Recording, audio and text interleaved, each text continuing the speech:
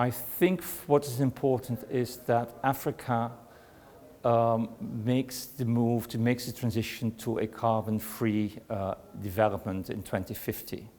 It's not because Africa is the largest emitter of carbon, of greenhouse gases, but it's the continent that suffers most from climate change. And that means that we have to invest in renewable energy and in projects that adapt African economies to climate change.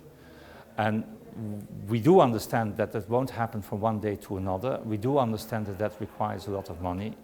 And this week we are discussing how we can achieve those objectives. And I'm confident that we will be able to find ways to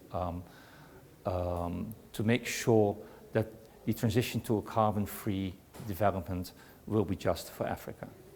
We are following very closely the policies of the African Development Bank. We are represented in the Board of Governors, and we make sure that our Executive Director, and we share the Executive Director with the United Kingdom and Italy, is able to transmit our wishes, our policies, our suggestions, our advice. But we are also a relatively important donor of the African Development Fund. And we have participated last replenishment, and we're going to do so. I don't know yet what our contribution will be this time, but last time it has been at around 200 million euros. I think for 2063 it's very difficult. It's a long way away, and we have many challenges ahead. You can think of climate change, we've just discussed that, but you can also think of pandemics. We had the COVID-19 pandemic, but we don't know whether there will be other pandemics following.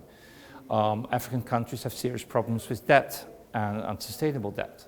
And also on the short term, we have the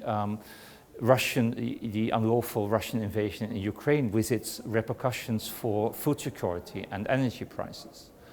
So it's very difficult to say where we are in 2063, but I do think the bank has an important role to play by doing at what it is best, and that is investing in infrastructure, agriculture, and youth and women. And I think the bank is part of a larger system. The bank works with African governments, and I think that's also the strength of the bank, that it's close to the African continent, and that it works together with us, countries that contribute to the African Development Fund, but also with other international institutions such as the World Bank, the IMF, and in the northern part of the continent with institutions like the European Bank for Reconstruction and Development. What is most important is that women, African girls have a fair chance, that they get the same education as boys, that they get the same opportunities as boys. And I think it's especially important to remember that women are also entrepreneurs. A large part of what you'll find in the market, business is run by women.